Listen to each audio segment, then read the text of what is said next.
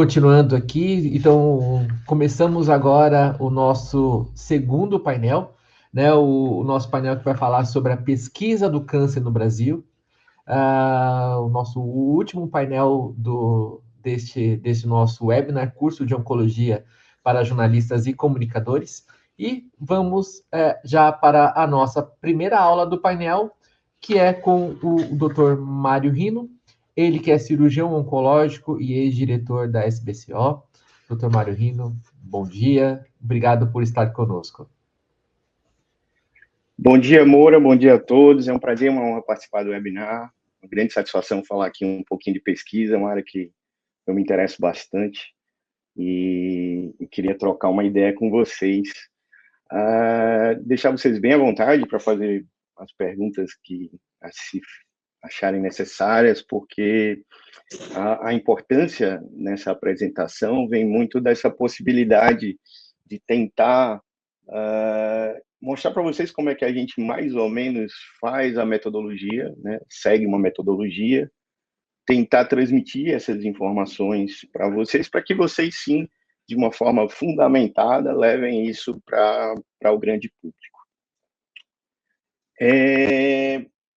Bom, deixa eu só me apresentar, sou Mário Rino, sou cirurgião oncológico da SBCO, sou pesquisador, e o que eu vou falar um pouquinho mais focado é como nasce a evidência científica em oncologia, tá?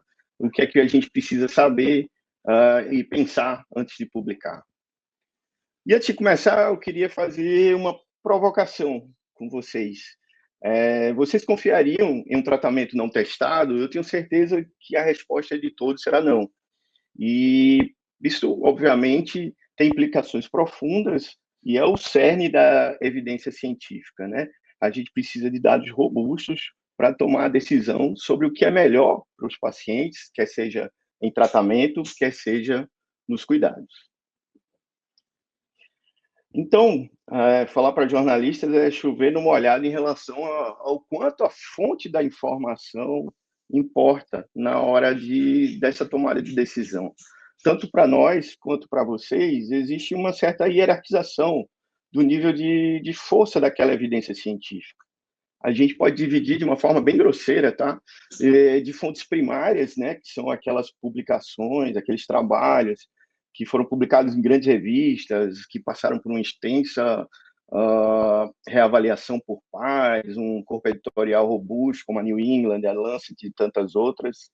Alguns estudos publicados também em anais de congresso, como na Associação Americana de Oncologia, e tantos outros congressos que também têm um corpo editorial robusto e passam por revisões antes da publicação, mas também pode lançar mão de outras fontes, como as diretrizes das sociedades, como tem aqui na SBCO, como tem na Oncologia Clínica, e também as fontes terciárias, como da Organização Mundial da Saúde, do INCA, todas elas são fontes que podem ser utilizadas na hora de checagem de uma informação, obviamente sempre lembrando para ter um ceticismo saudável, pensar exatamente na contextualização do que está sendo procurado e cuidado em relação ao tipo de informação que você vai transmitir. Uma das perguntas mais comuns que a gente recebe, principalmente dos jornalistas, é em relação à diferença entre uma pesquisa qualitativa e uma pesquisa quantitativa. As pesquisas quantitativas, elas usam basicamente números e estatística para descrever o resultado daqueles estudos, né? Enquanto as qualitativas, elas focam mais em experiências e percepções dos pacientes. Para dar um exemplo de uma pesquisa quantitativa, a gente pode comparar dois grupos de pacientes com câncer de mama, por exemplo, que sofreram ou receberam um tratamento com quimioterapia. Quando a gente compara a sobrevida ou efeitos colaterais, a gente está fazendo uma pesquisa quantitativa. Se a gente está querendo saber como é que foi a experiência dele durante esse tratamento, como foi a percepção dele do tratamento, ou análise de conteúdo, isso é uma pesquisa qualitativa. E aí vem a segunda pergunta: por que a gente usa tanto a pesquisa quantitativa? Porque para evidência científica, sem números, fica muito difícil você sustentar uma tese ou defender uma evidência. Então, a pesquisa quantitativa, ela consegue, por exemplo, analisar o número de sobrevida, ou seja, paciente sobreviveu mais num tratamento do que o outro, ou resposta ao tratamento, o tamanho do tumor diminuiu 50% quando comparou um tratamento com o outro, ou o risco de complicações, ou mesmo qualidade de vida. Com as escalas atuais, é possível fazer comparações numéricas em relação à qualidade de vida. Dito isso, é importante lembrar que isso não tira o mérito das pesquisas qualitativas. Elas também são importantes, elas também são complementares, e gira em torno de 20% das pesquisas em oncologia, mas elas se complementam, não é uma coisa superior à outra, é uma coisa se complementando à outra. Em relação a como nasce uma pergunta na ciência, é muito parecido com como nasce uma boa pergunta jornalística, né? Passa necessariamente por uma curiosidade, uma dúvida na prática, e essa dúvida pode ser, como foi dito aqui agora há pouco, será que a cirurgia robótica é melhor? Será que ela reduz complicações quando comparada à cirurgia aberta? Será que um medicamento X é melhor do que o Y para um tratamento específico? E outras coisas que não são necessariamente nem medicamento, nem tratamento cirúrgico, como um apoio psicológico, uma terapia cognitiva, diminui o estresse, aumenta a aceitação do tratamento. Quer dizer, tudo isso, uma boa pergunta, vai gerar uma pesquisa. E uma boa pesquisa necessita de um protocolo de pesquisa. O protocolo de pesquisa é um roteiro, é uma receita de bolo. Ele precisa ser seguido e tem um objetivo para existir esse protocolo. Primeiro é a possibilidade desse protocolo ser reproduzido em outros lugares, em outros contextos, para avaliar se os desfechos vão ser semelhantes ou diferentes. Mas, geralmente, esses protocolos passam por alguns pontos, que é o objetivo da pesquisa, né? Então, qual é a pergunta que esse estudo pretende responder, né? Qual é a população que esse estudo vai usar? Qual é o critério de inclusão desses pacientes? Qual é o critério de exclusão desses pacientes? Detalhar exatamente como vai ser feita a intervenção, quer seja um tratamento ou qualquer outro tipo de intervenção, de forma detalhada, que possa permitir que alguém reproduza esse trabalho em outro contexto, e também como é que esses dados vão ser analisados. Isso tudo pesa muito para a hora de fazer uma ciência que tenha sentido, que seja uma pesquisa coerente e clara. Dito isso, é muito importante não esquecer que esses trabalhos precisam passar por comitê de ética. Em oncologia, muitas vezes, quando a gente vai iniciar um tratamento novo, a gente começa com pacientes que estão fora de possibilidade de tratamento, isso é muito comum. Então, às vezes, você está comparando um paciente que vai ser encaminhado para uns cuidados paliativos versus alguma droga nova. Então, o comitê de ética é fundamental para ver se toda a estrutura, né, do estudo está sendo passada de forma clara para o paciente aceitar ou não, seguindo todos os preceitos que são já advogados e escritos e registrados em lei.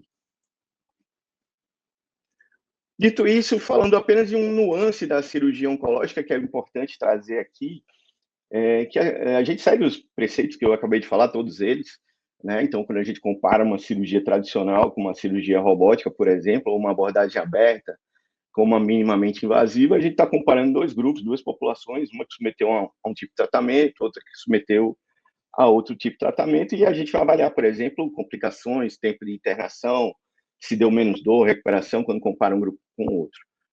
Mas tem uma pitadinha aí que é importante lembrar em relação à cirurgia, que os resultados individuais também pesam. Eu gosto de comparar a cirurgia oncológica com um grande chefe de cozinha. Você pode pedir para ele fazer um estrogonofe, você pode entregar os ingredientes iguais para os dois chefes, mas eventualmente vai ter uma pequena diferença no sabor. Então, em cirurgia, os resultados individuais também pesam, mas obviamente que a gente, quando fala em termos populacionais, os grandes estudos é que servem de apoio para a tomada de decisão. E, nesse sentido, outra coisa que deve ser sempre alertada em relação à robustez do trabalho é sobre a randomização. A randomização é algo muito importante, especialmente quando a gente fala em uma intervenção nova, uma cirurgia nova ou algo que está sendo feito de forma diferente. A ideia da randomização é levar a uma justiça científica, ou seja, aquelas duas populações elas vão ter a mesma oportunidade de ser ou não ser submetidas a um tratamento novo, por exemplo. E a randomização, na maioria das vezes, funciona por sorteio, ela evita o viés da seleção, ou seja, se eu sou o pesquisador e acredito que o tratamento no grupo A vai ser melhor do que o tratamento no grupo B, eu posso colocar mais pacientes no grupo A com menos doença ou com uma performance melhor. Isso vai influenciar diretamente o resultado. Daí a necessidade de randomização e por que os estudos com randomização têm mais força, mais evidência científica. E aí, nesse sentido, eu não vou detalhar os tipos de estudos, né? A pirâmide de evidência científica, mas só lembrando que a gente parte de evidências mais robustas, né? Que são os ensaios clínicos randomizados, ou seja, aqueles que você separa as populações, tenta mais ou menos homogeneizar as populações e tornar o único fator de diferença entre elas aquela intervenção que você está fazendo, aquele tratamento novo. Isso também é válido para as revisões sistemáticas, quando você tenta juntar vários estudos que tenham um perfil mais ou menos parecido, ou as meta-análises, que você busca dentro de cada estudo populações em que a gente vai conseguir fazer uma análise comparativa e essa evidência vai diminuindo até a opinião dos experts, que é a menor evidência científica. Ela é apenas uma sugestão, mas com muito pouca base para a tomada de decisão em termos de um tratamento novo ou em bases populacionais.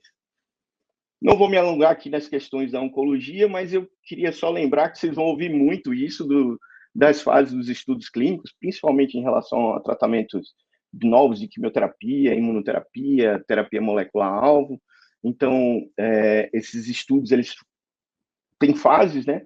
A fase 1, que ele vai avaliar basicamente a segurança e a dose ideal, a fase 2, que ele vai avaliar a eficácia inicial, e os estudos de fase 3, aí sim, com comparação com grandes populações, e essa comparação desses tratamentos novos, comparando o tratamento novo com o tratamento padrão. Isso é muito interessante, porque muitas vezes vocês vão receber a informação de que há uma imunoterapia nova, está apresentando resultados fantásticos, mas isso é baseado num estudo de fase 2, ou seja, ainda precisa de um tempo para poder ter a maturação dos dados, ter uma população maior para poder ser publicada sobre exatamente o quão promissor aquele tratamento novo é.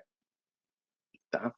Um dado que eu precisaria trazer é que a gente tende, em oncologia, a focar muito nas pesquisas de tratamento, de sobrevida, de efeito colateral, mas as pesquisas multiprofissionais em oncologia são muito importantes, tá? Tanto no sentido de bem-estar, né, durante tratamento, reabilitação, suporte, e tantas outras coisas que essas pesquisas são muito boas, elas mudam a qualidade de vida dos pacientes, muitas vezes, e, em alguma medida, elas são relegadas em detrimento dos tratamentos mais oncológicos específicos. Então, como mensagem, eu queria dizer que a comunicação científica, a má comunicação científica, ela é muito prejudicial, é bastante prejudicial. Então, a gente precisa fazer uma grande reflexão quando a gente vai fazer uma publicação que vai atingir milhões de pessoas, né?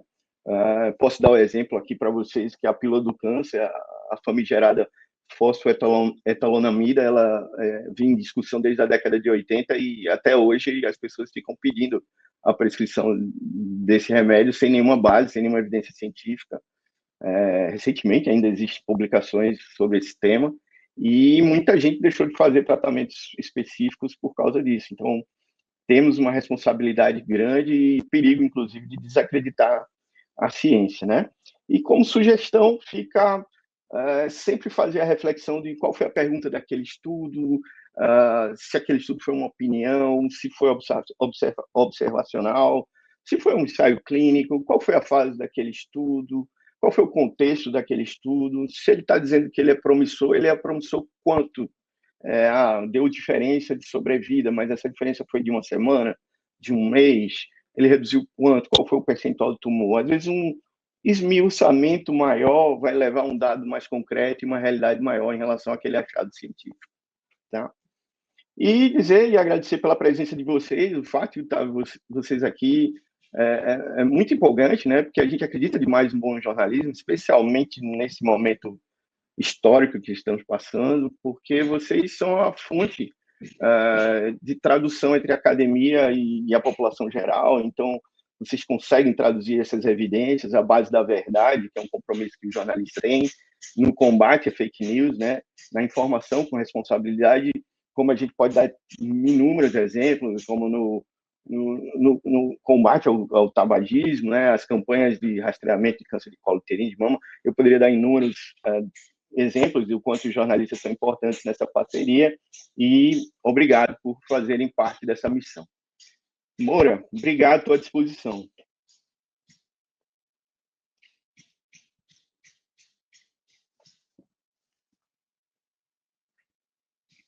Estava no mudo. Doutor Mário Rino, muito obrigado. Após as nossas apresentações aqui, teremos o seu retorno aqui para o nosso debate. Muito obrigado, doutor Mário. Até daqui a pouquinho. Obrigado.